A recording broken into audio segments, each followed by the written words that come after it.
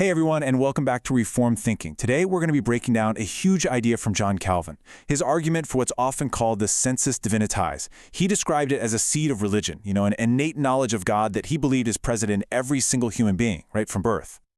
So here's how we're going to walk through his argument. We'll start with the core claim itself, this idea of a divinely implanted awareness. Then we'll look at the evidence he saw in society and, maybe surprisingly, even in idolatry. After that, we'll check out the internal proofs he pointed to before we wrap things up by looking at what he saw as the ultimate purpose of this knowledge. All right, let's get right into it. Calvin's whole argument here really hinges on one central claim. So Calvin's starting point is this, that our awareness of divinity isn't something we learn from books or from our parents. He argues that it's actually implanted in all people by a natural instinct. It's just part of the fabric of what it means to be human.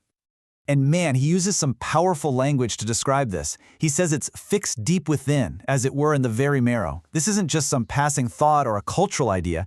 He's arguing this sense of the divine is an inescapable part of our very being. Okay, so if this awareness is really innate, you gotta ask, where's the proof?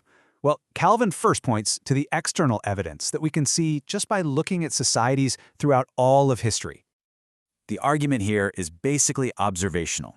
Calvin is pointing out that if you just look across all cultures and all of history, you find religion everywhere. To him, that's no coincidence. He saw it as a kind of tacit confession, like a silent, collective admission that this sense of a divine being is written in all of our hearts. So next, Calvin turns to what seems like a really surprising piece of evidence, the existence of idolatry. I know, it sounds counterintuitive, but he actually uses it as a powerful, paradoxical proof for his claim. So here we see this direct contradiction in human behavior. On the one hand, man is naturally proud. We don't want to humble ourselves before anything, especially not some created object.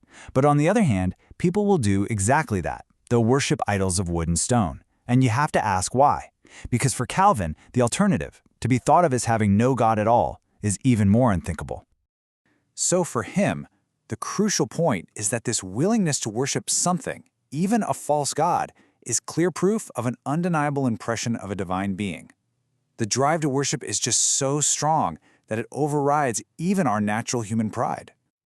Okay, so we've looked at the external evidence you can see in society. Now the argument turns inward, to the psychological proof that's found inside the minds of individuals, especially those who try to deny God's existence. And the argument makes a really bold claim here, that true, complete godlessness is impossible. A person can deny God with their mouth, but that innate awareness, that sensus divinitatis, it's always going to be there, ready to pop up. Calvin uses the Roman Emperor Caligula as a perfect example of this. Publicly, Caligula made a big show of mocking the gods, but privately it was reported that he would tremble with fear during thunderstorms. This is a great picture of what Calvin means by an unwilling acknowledgement, the inner reality breaking through that outward denial. And this internal conflict is described so vividly. For those who mock religion, their conscience acts like a worm, sharper than any cauterizing iron, just constantly gnawing away inside. It's a picture of this inescapable inner turmoil, showing that this awareness of God can't be silenced, it can only be suppressed for a little while.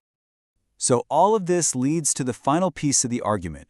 What's the whole point of this innate knowledge? Why is it even there? Well, Calvin connects the answer directly to humanity's highest purpose. The argument even pulls from the classical writer Plutarch to frame this awareness as the very thing that separates human beings from animals. Without it, humanity isn't just no better than the beasts, but in a lot of ways, we're actually far more miserable. So the purpose is laid out as this really clear progression. First, we are born and we live to know God.